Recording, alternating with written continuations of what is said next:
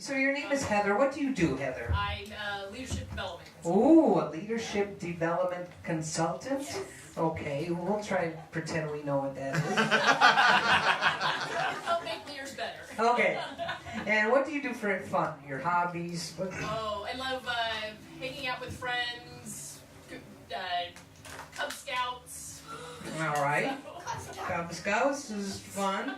All right. So if you were going to look for a date, I don't know if you're married or not, just pretend you're not anyway. So if you were going to look for a date, well, what are some of the things in a man that you would look for, some positive qualities? Well, positivity is one of them. Being positive. A good sense of humor. Sense of humor.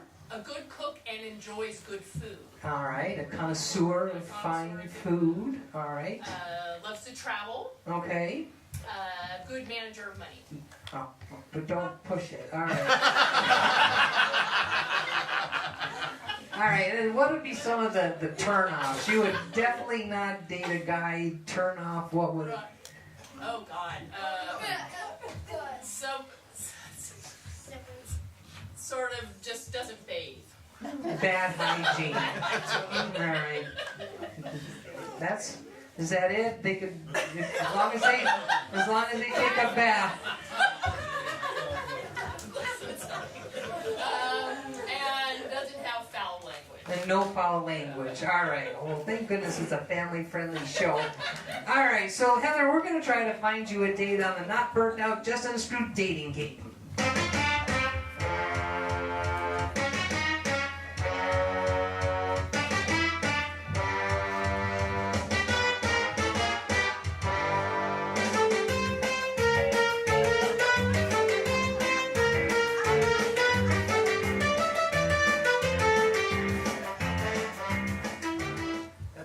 Thank you very much. Okay.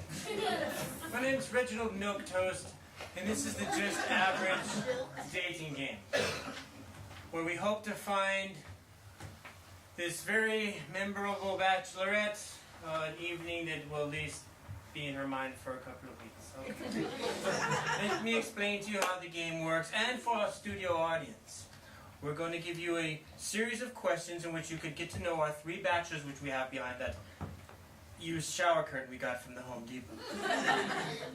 After you've asked them a series of questions, you get to decide which one of these potential suitors you would most like to waste an evening with.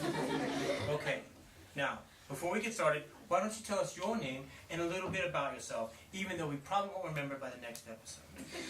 Well, first of all, I'd like to shake your hand. My name is Heather, and a solid handshake means a lot in terms of connection with another human being. You're very inspirational. Thank you very much. It is my career. I am a leadership development consultant, and I bet I can help this station. You would get more viewers if you took my card. Just say that. So, Never been propositioned on the air before. It's the first. For a job, sir. Now, listen, I want to make you better. You clearly can be made better, and I can help you. Absolutely. So, The sweetest backhanded compliment I've ever. Do tell. So in addition to my leadership development consulting business... I can't imagine why you're single, by the way. Do you open up every date with, let me tell you how I can make you better? And a person with backbone who will appreciate that quality will understand and just get me.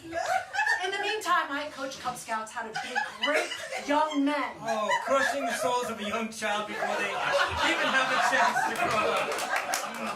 You know what? Tough love is good love, and one day they will thank me for that because they will be strong pillars of our society.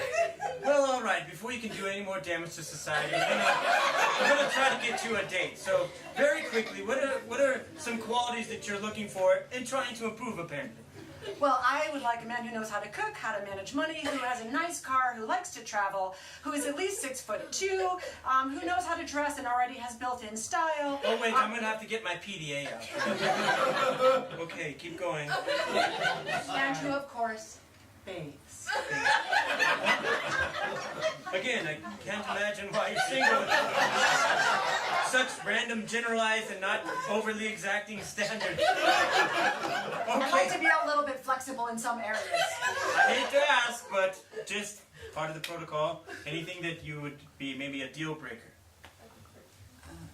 Well, aside from the bad hygiene, no. Well, all right then. Let's meet our bachelors and try to find them a soul-crushing evening. Okay. Bachelor number 1, tell us your name and a little bit about yourself. Hey, Heather. Yeah, my name's Myron Moonquest. And I'm a freelance bum. And I'm kind of I'm a free spirit. I love to travel. I travel up and down 4th Avenue, and I travel up and down beaches, and I travel up and down other places as long as the cops are not around. And just really happy to be here. That's marvelous. Thank you, Reggie. Your name again? Myron. Myron Moonquest. So attracted to see a free spirit crushed. All right. So, bachelor number 2, tell us your name and a little bit about yourself.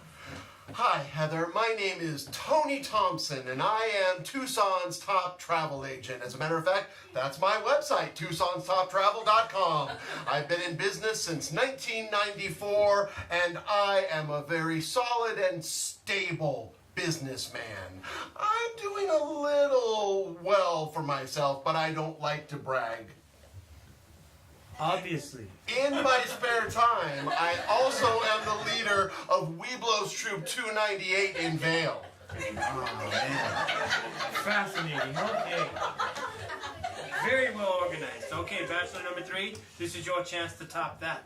My name is Rich Oldman. Oh, he's standing. And I'm going to be the next leader of this country. I was born with a silver spoon in my mouth. Thanks to a prodigious trust fund, I was enrolled in every Ivy League school in the nation simultaneously. And graduating with 15 poli-sci and 1 business degrees, I promise to lead this country because I am clearly unequipped for any other kind of work. Thank you. Yeah. Very inspirational also. I'd follow him for sure. There's some potential I can work with here. I'm reminded of Patrick Swayze molding the clay. Okay. So, your first question. My first question is this. It is not a requirement that you were in the Cub Scouts, but had you been in the Cub Scouts, which badges would you have gone for first?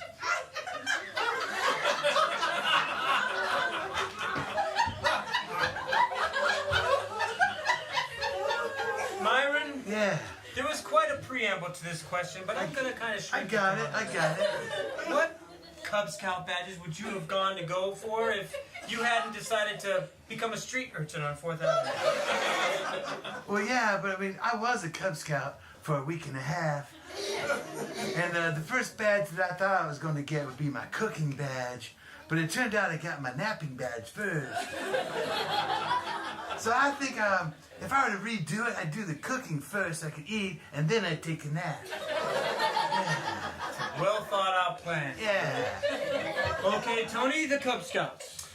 Cub Scouts. Well, what can I say about the Cub Scouts? As a troop leader myself, I always instill in a young cub, a young Weeblo, to go for the survival badge first. Because there is no greater skill that will serve you in the real world as to how to make a fire with a stick and a rock. I wish I'd have learned that one. I wish you did too. Okay, future Mr. President, what have you got? My name is Rich Oldman.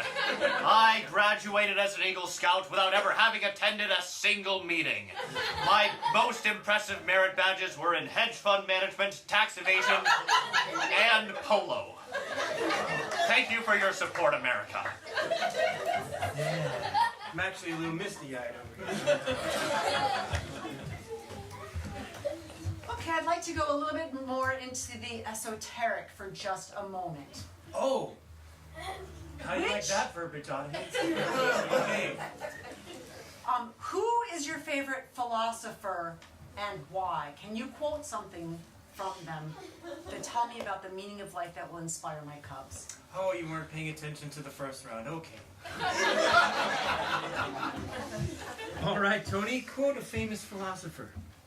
Well, my favorite philosopher is Henry Ford, who said, make something and make it right, and make it consistently, and get rich while you're making it.